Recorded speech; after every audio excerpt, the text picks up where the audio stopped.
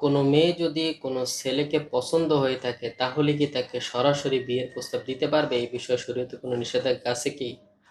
উত্তর হচ্ছে, কোনো মেয়ে যদি কোনো ছেলেকে পছন্দ করে থাকেন এবং মেয়ে যদি বালেগ হয়ে থাকেন তাহলে সে অবশ্যই তাকে সরাসরি বিয়ের প্রস্তাব দিতে পারবেন।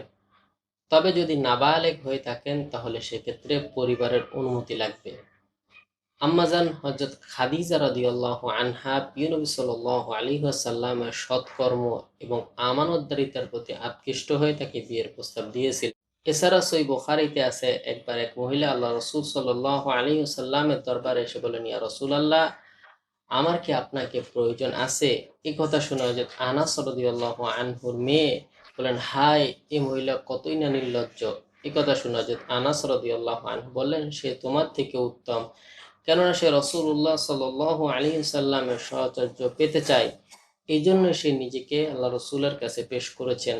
সুতরাং এই হাদিস থেকে বোঝা যায়, কোনো মেয়ে যদি কোনো ছেলেকে পছন্দ করে থাকেন এবং তার যদি হারাম কোনো উদ্দেশ্য না থেকে থাকে তাহলে সরাসরি সে বিয়ের প্রস্তাব দিতে পারবেন। তবে যদি নাবালেগ হন, বয়স অল্প হয়ে থাকে, তাহলে সেক্ষেত্রে অবশ্যই পরিবারের অনুমতি লাগবে।